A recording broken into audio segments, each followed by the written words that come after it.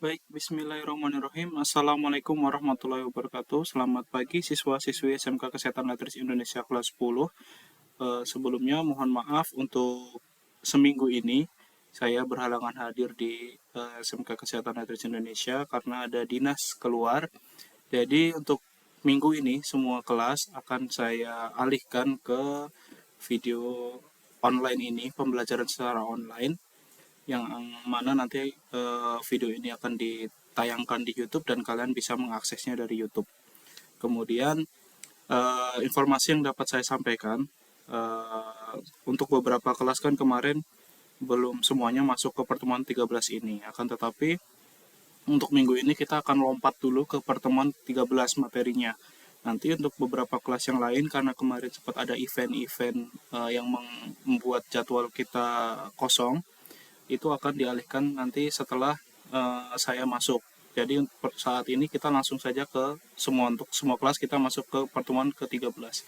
Jadi di pertemuan ke-13 ini kita akan bareng-bareng belajar tentang artificial intelligence dan kemudian saya akan lanjutkan ke praktiknya untuk mengenerate PowerPoint secara artificial intelligence seperti itu. Jadi ya kurang lebih pembelajaran ini akan membahas tentang teknologi-teknologi seru yang sedang tren di dunia kita semuanya, baik itu di dunia kesehatan, industri maupun di dunia pendidikan. Sebelum kita mulai pembelajaran kita, seperti biasa kita akan membaca quotes of the day. Dan quotes of the day kali ini akan lebih sedikit motivasi sifatnya. Jadi quote of the day yang bisa kita baca bareng sama-sama. 1, 2, 3. One day or day one, it's your decision. Oke, itu adalah quote of the day-nya. Mari kita ulangi bareng-bareng. One day or day one is your decision. Jadi artinya apa? Mari kita artikan kata per kata. One day adalah suatu hari. Or atau kemudian day one itu adalah hari pertama. It's your adalah gitu ya. It's your decision itu adalah pilihanmu atau keputusanmu. Jika diartikan secara kita gabungkan bareng, ini bisa kita artikan sebagai suatu hari atau hari pertama itu adalah keputusanmu. Jadi, kamu ingin memulai sesuatu itu bisa kamu putuskan apakah kamu mau hari ini atau hari ini sebagai hari pertama atau kamu mau suatu hari atau entah kapan itu. Ini kaitannya dengan ketika kamu ingin memutuskan untuk melakukan sesuatu itu kamu tentukan dulu harinya. Apakah mau suatu hari atau kapanpun itu atau hari ini sebagai langkah pertama atau hari pertamamu. Jadi seperti saat ini saya sedang dinas keluar, ini adalah keputusan yang saya buat dari setahun yang lalu.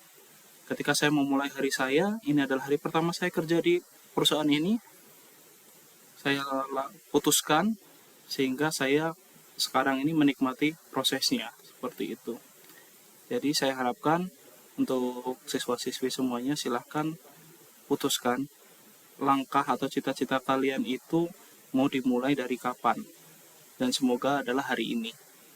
Seperti itu untuk quotes of the day kali ini. Kemudian kita langsung masuk ke materi kita. Kita akan membahas tentang artificial intelligence. Nah, ini seru nih. Saya pun masih mendalami ini sebenarnya karena manfaatnya sangat luar biasa di dunia industri terutama. Jadi artificial intelligence itu adalah kecerdasan buatan. Secara bahasa Indonesia adalah kecerdasan buatan.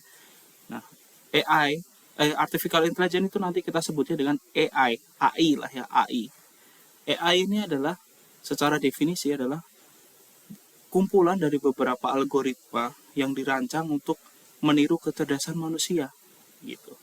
Jadi semuanya dirancang secara komputerisasi, berisi dari beberapa logika yang dengannya dia bisa memproses suatu pertanyaan maupun suatu instruksi secara cerdas dengan pendekatan manusia gitu ya, sehingga menghasilkan sesuatu output yang dapat berupa teks, gambar, video dan sebagainya yang digunakan untuk membantu pekerjaan manusia. Kurang lebih seperti itu untuk artificial intelligence.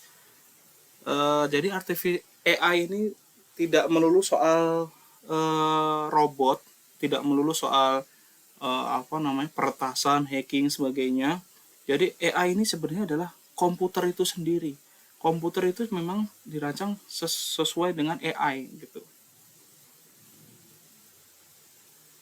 Kemudian tujuan dibuatnya AI ini dikembangkannya dari tahun 1956 setelah ditemukannya komputer. Jadi setelah ditemukan komputer dari alat hitung yang sebelumnya di pertemuan kedua juga kita bahas, nah itu dikembangkan terus sehingga muncul ide gagasan adanya AI ini. Jadi komputer itu sendiri sudah dinamakan AI secara definisi.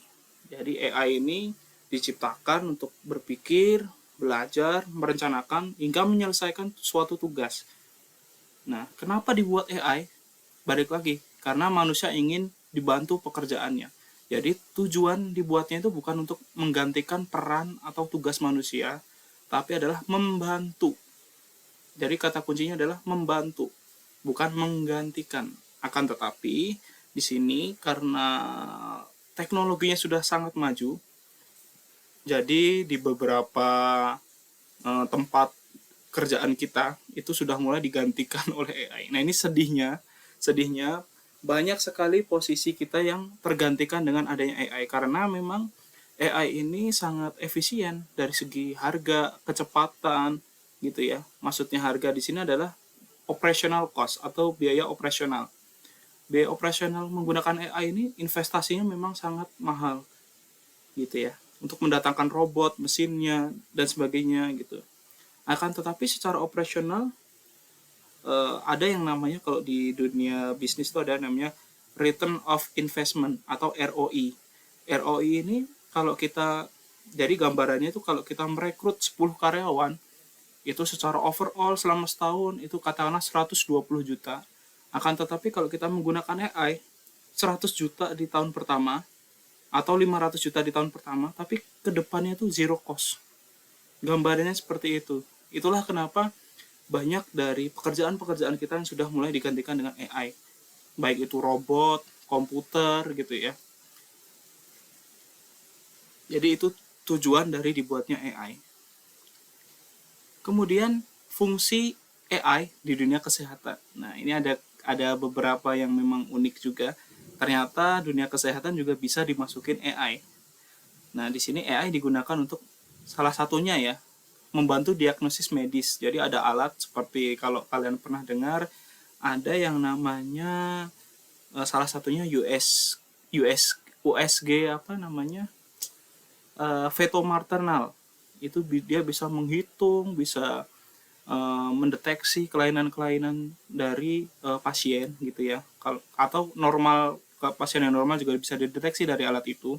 Kemudian ada juga yang menggunakan AI untuk meracik obat gitu. Ada juga yang untuk menggunakan untuk pengawasan, ada juga yang digunakan untuk melayani pasien. Jadi ini masih banyak lagi fungsi lain yang belum kita ketahui dan masih dikembangkan.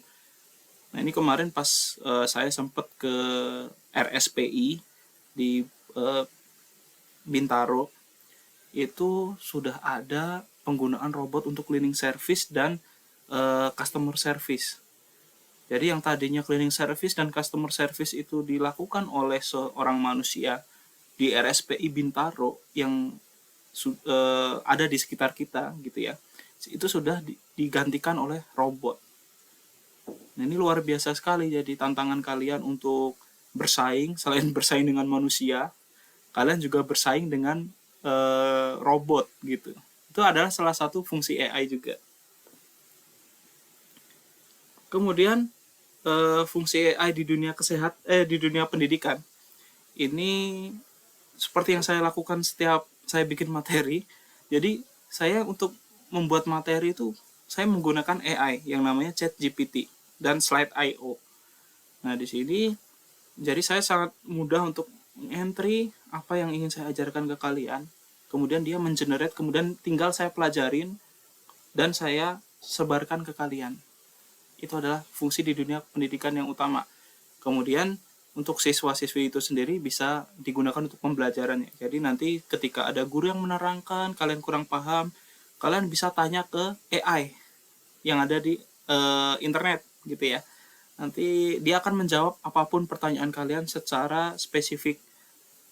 Tergantung dari pertanyaan kalian ya. Kalau pertanyaan kalian spesifik, nanti keluarnya akan semakin benar gitu. Kemudian salah satu fungsi yang lain itu adalah analisa siswa-siswi. Jadi ada aplikasinya yang memang sudah dikembangkan, tapi saya memang belum pernah nyoba untuk aplikasi analisa siswa-siswi ini. Kemudian selain dari fungsi dan tujuannya gitu ya, tentu akan muncul yang namanya bahaya. Nah, di sini bahaya AI ini sangat sangat serius. Yang pertama gitu ya, karena teknologinya sangat canggih gitu, jadi ini bisa digunakan untuk penyalahgunaan atau kejahatan. Dia bisa menirukan suara. Pernah dengar kan suara Pak Jokowi nyanyi gitu ya, Asmali Kalibrasi, ada di internet, kalian bisa cek. Kemudian ada pemalsuan video, terus bisa juga digunakan untuk pembobolan bank gitu-gitu. Jadi di balik kemudahan dan manfaat yang sangat luar biasa, ada juga potensi bahaya yang luar biasa juga. Ada yang karena kemudahan yang diberikan gitu, AI juga bisa membuat manusia generasi kita, generasi kalian terutama, karena generasi saya udah lewat. Generasi kalian itu bisa menjadi malas dan cenderung bodoh kalau kalian terlalu menggantungkan diri kalian ke AI. Jadi penyebaran informasi palsu pun juga menjadi lebih kencang juga dan membuat kalian menjadi bodoh gitu. Jadi sangat berbahaya juga gitu. Jadi kalian perlu ketahui ini adalah tips aman kita untuk menggunakan AI. Jadi karena kita tahu ada bahayanya, ada potensi bahaya, saya akan share ke kalian tips aman bagaimana kita bisa menggunakan AI. Jadi yang pertama yang harus kalian lakukan, gunakan AI hanya untuk membantu pekerjaan kalian. Jangan gunakan AI untuk melakukan semua pekerjaan kalian, tapi hanya untuk membantu. Artinya apa? Jangan kalian menggantungkan semua pekerjaan kalian dengan AI. Contohnya nanti misalkan nih di mata pelajaran Miss Tanti misalnya, bahasa Inggris, disuruh buat conversation, kalian tinggal ketik di ChatGPT, keluar conversation bahasa Inggris. Nah, di situ akan keluar. Tapi jangan kalian langsung copy paste begitu aja. Kalian lihat, amati, tiru, modifikasi. Gitu. Jangan mentang-mentang udah keluar bagus, langsung kalian copy paste dan menyelesaikan kerjaan itu di situ. Kemudian, tips aman yang kedua adalah menggunakan akun Gmail kedua. Nah, akun Gmail kedua ini usahakan jangan terhubung dengan data pribadi yang bersifat confidential atau sangat penting dan rahasia. Yang mana biasanya terhubung dengan m-banking, password Facebook, Instagram, sebagainya. Kalau bisa kalian siapkan email kedua kalian untuk menggunakan AI. Yang ketiga, usahakan browsing AI itu kalau kita menggunakannya browser dengan ya Google Chrome atau Microsoft Edge, karena di dua aplikasi ini kita ada proteksinya untuk mendeteksi virus dan link palsu. Kemudian yang keempat itu kita kalau bisa kita menggunakan jangan pernah menggunakan VPN. Nah, kemarin kan kita juga sempat bahas ada VPN, itu jangan pernah kalian gunakan untuk mengoperasikan AI. Sebentar, maaf, baterai saya mau habis, saya izin persiapkan dulu.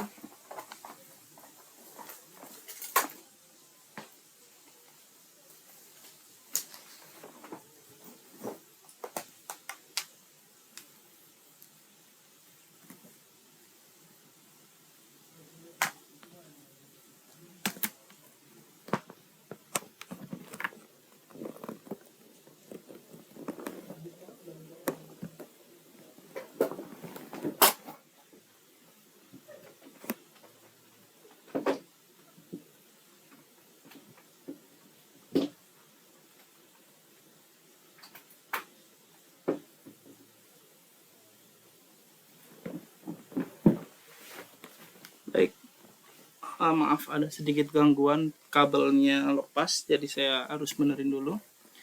Oke, kita lanjut. Itu adalah tips-tips aman untuk kita menggunakan AI.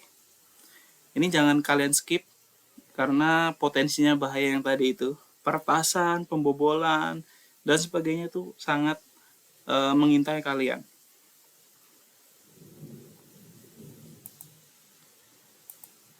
Ini adalah contoh aplikasi yang saat ini sering kita gunakan dan mereka menggunakan AI dalam aplikasi ini. Yang pertama adalah ChatGPT. Jadi ini fungsi utamanya adalah memberikan informasi dari berbagai sumber. Jadi dia tugasnya itu merangkum informasi-informasi dari berbagai macam sumber, kemudian memberikan ke kalian dalam bentuk resume atau ringkasan berupa teks. Kemudian ada yang namanya GPS, ya biasa kalian gunakan Google Map, itu termasuk dari aplikasi yang menggunakan AI. Jadi dia bisa mengarahkan, menunjukkan posisi kalian dan sebagainya. Kemudian kalau kalian pernah chatting ke chatbot itu kalau kalian pakai Tokopedia tuh kan ada ya namanya Tanya virtual assistant. Nah itu adalah aplikasi chatbot. Dia digunakan untuk menggantikan untuk menjawab pertanyaan. Jadi tugasnya itu menggantikan customer service. Jadi kalau zaman dulu pertanyaan dari pembeli Tokopedia itu dijawab langsung oleh customer service. Tapi sekarang ini semua sudah digantikan dengan chatbot. Baru nanti ketika memang suatu masalah tidak bisa terselesaikan, nanti akan dialihkan ke CS yang sesungguhnya. Biasanya seperti itu. Makanya sangat ya mau disayangkan mau di apa ya puji, memang kita harus siap kalau AI itu akan membuat pekerjaan yang kita lakukan itu menjadi tergantikan oleh dia. Kemudian aplikasi yang selanjutnya ada yang namanya Slide AI. Jadi dia digunakan untuk membuat PowerPoint secara otomatis. Nanti akan saya praktekkan juga di sini. Nanti kalian akan saya berikan waktu juga di lab komputer untuk mempraktekkan Slide AI ini.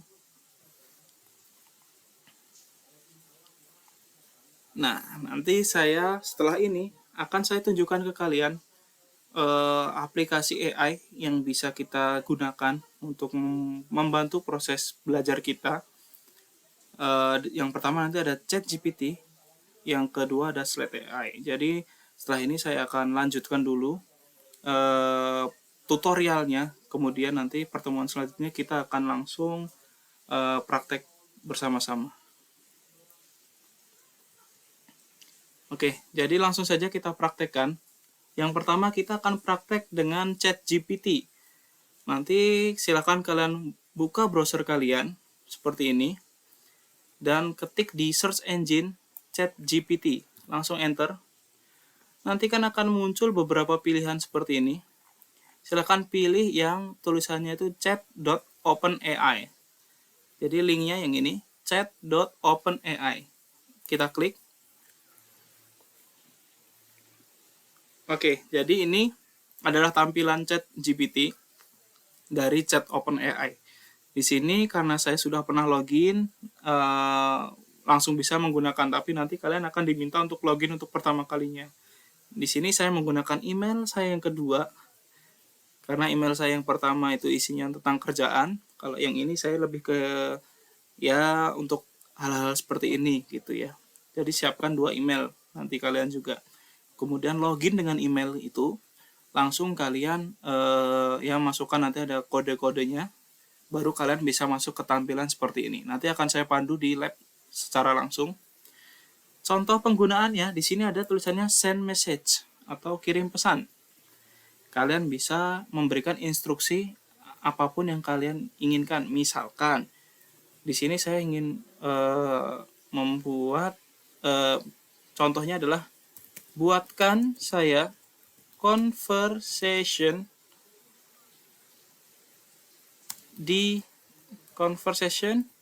bahasa Inggris di kantor.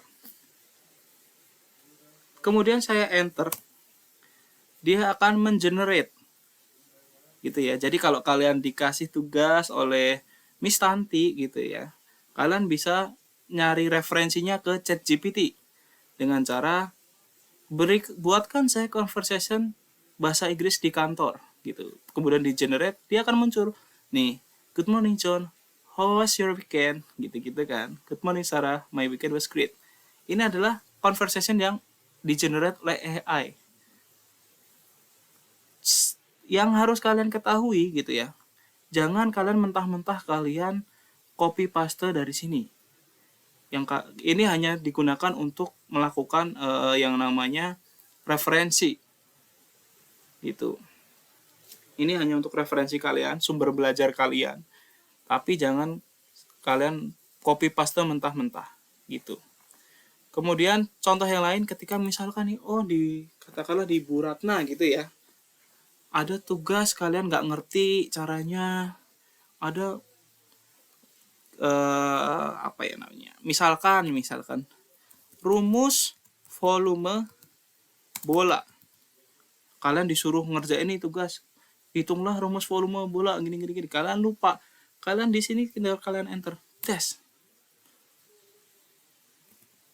dia akan nyari tahu, kemudian memberikan informasi ke kalian tuh, rumus bola adalah ini. Bisa juga nanti, sebenarnya bisa juga ketika kalian ada soal langsung kalian masukin di sini, nanti keluar jawabannya gitu. Tapi ingat, ini hanya digunakan untuk referensi kalian. Jangan sampai kalian kalah dengan AI. Kalian nggak tahu tapi AI tahu gitu ya. Itu nanti kalian akan kesusahan sendiri di dunia kerja nanti gitu. Itu adalah yang namanya ChatGPT.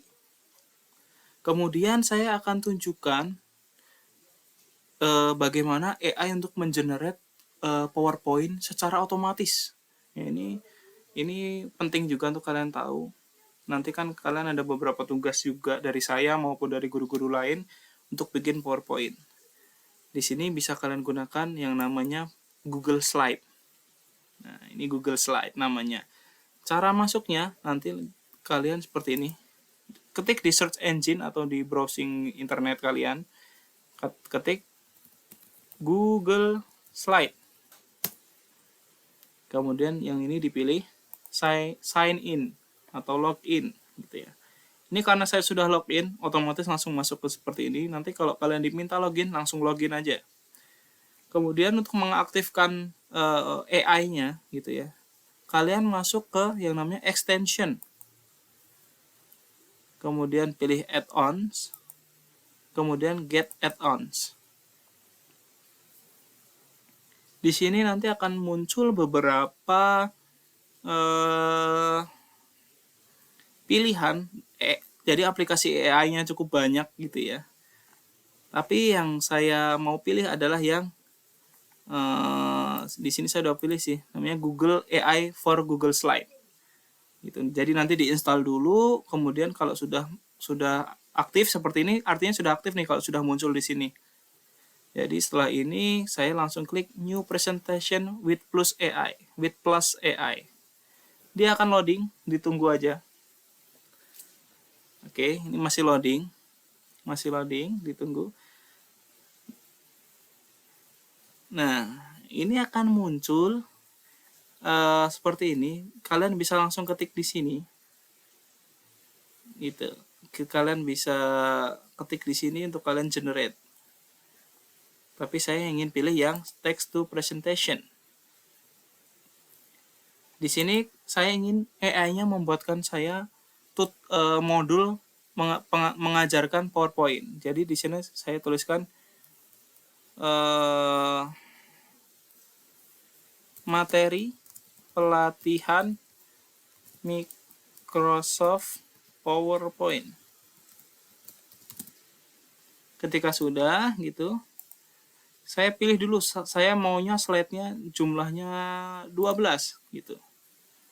Kemudian saya generate presentation. Ini adalah warna yang kalian pilih gitu ya. Kalau saya lebih ke arah yang default aja gitu. Kayak saya klik next. Dia akan mengenerate dari permintaan kalian. Ini proses generate-nya. Tadi kan saya minta materi pelatihan Microsoft PowerPoint. Kita tunggu prosesnya sampai dia selesai. Kita tunggu dulu.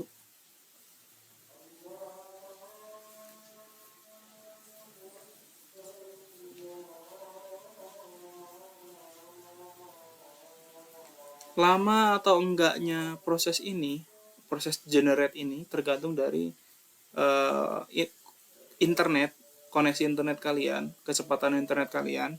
Itu yang pertama. Yang kedua, tergantung dari kesulitan instruksi kalian. Jadi kalau semakin sulit instruksi kalian, biasanya prosesnya akan semakin lama. Tapi kalau instruksi kalian sudah detail, sudah jelas terperinci, dia akan cepat. Nah, ini untuk kasus saya, karena saya mintanya materi pelatihan Microsoft PowerPoint tapi tidak menyebutkan detailnya, makanya dia akan sedikit lama, walaupun koneksi internet saya cukup cepat.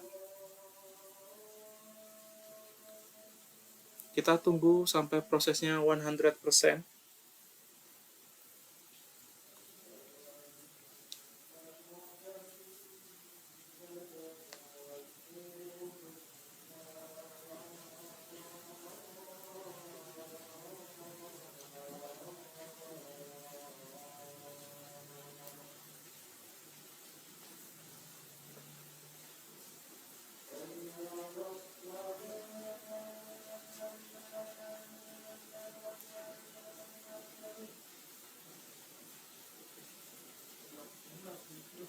Ini harus agak sabar ya. Memang apalagi nanti ketika kalian praktek di lab komputer secara langsung, biasanya koneksinya agak lama, lambat gitu.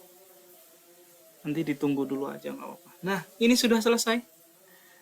Nih, coba lihat. Saya nggak perlu susah-susah bikin gitu. Nggak perlu mikir, waduh saya ngajarin apa. Ini udah dibuatin sama AI. Nih, tinggal saya langsung play atau coba untuk tampilkan. Ini coba saya tampilkan untuk kalian. Tuh, pelatihan Microsoft PowerPoint. Udah langsung tuh, sudah ada agendanya, sudah ada pendahuluannya, sudah ada nih nama-namanya, tuh caranya, sudah ada semuanya. Tuh, animasi, grafik, sebagainya. Ini tinggal saya, tuh bahkan videonya juga sudah ada. Ini tinggal saya presentasikan atau ajarkan ke kalian. Gitu. Ini kalau kepepet, kalian bisa gunakan ini, tapi secara bijak. Biasanya kalau saya edit lagi, saya pelajarin lagi gitu, baru saya ajarkan ke kalian. Baik, kurang lebih materi kita pada hari ini seperti itu. Nanti silahkan kalian catat pembelajaran kita ini di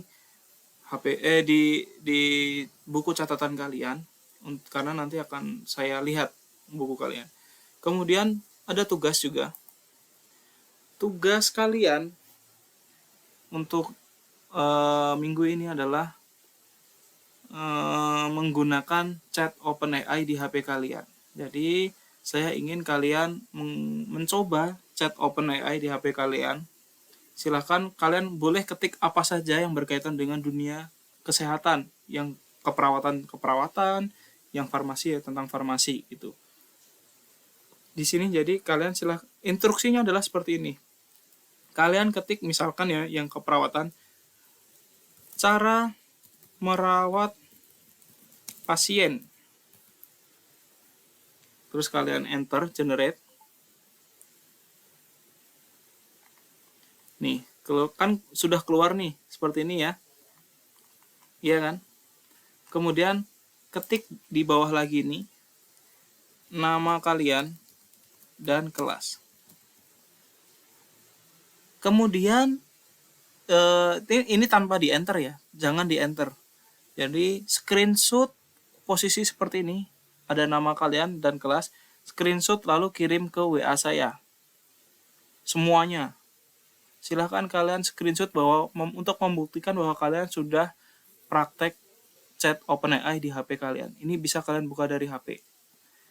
Gitu ya. Saya ulangi lagi, tugasnya adalah mencoba chat OpenAI, chat GPT sesuai dengan bidang kalian.